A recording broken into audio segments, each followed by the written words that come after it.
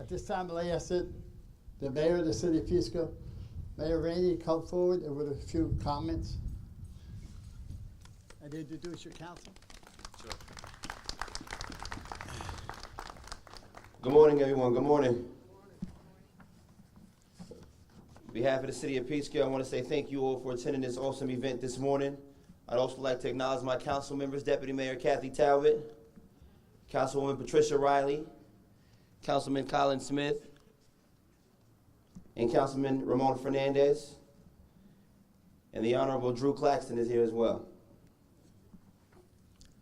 Today is another day in the history of this wonderful nation where we recognize through goodwill and mutual understanding between nations of the world.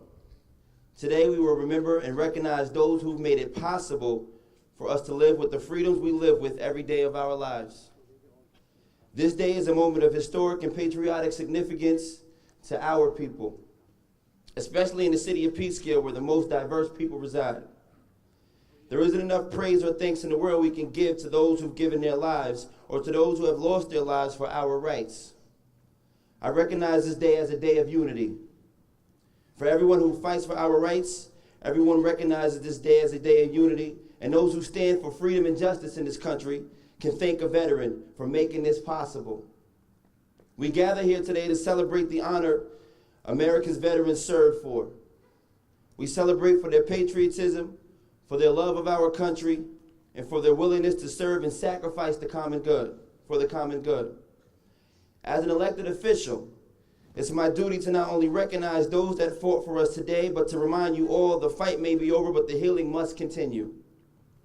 As a reminder of World War I ending on November 11th, allowed many of our surviving troops to come home. We must do more than just celebrate them. We need to embrace them, help them, support them, and really show our appreciation for their efforts to make this land a wonderful place to live. The only country in the world that is considered to be a place of the dream, the American dream. Statistics show 5.5 million veterans are living with disabilities. We can always find ways to help them. 200,000 veterans will be living homeless by the end of this year. We should always find ways to help them. No matter how you choose to support our soldiers this Veterans Day and every day, you can be sure that they will appreciate it.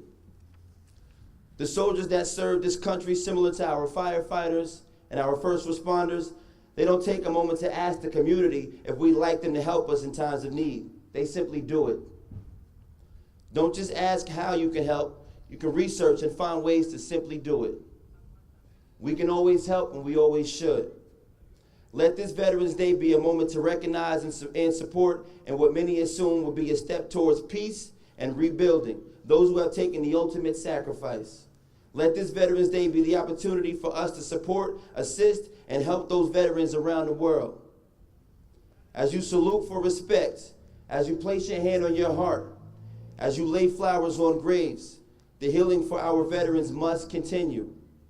Write a letter to a veteran, volunteer at a VA, get involved with different veterans assistance programs, find ways to help. It's important that our children grow in the world today. We teach them to stand for what they believe in and do whatever it takes to live with your rights. As a father, as a brother, and a son of a veteran, I stand for the veterans and I stand with the veterans. As if it weren't for many of you, I wouldn't be standing here at all.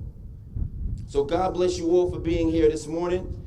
God bless each and every veteran that's in this nation, dead or alive. And God bless our city, one of the greatest cities on earth, Peekskill, New York. Thank you.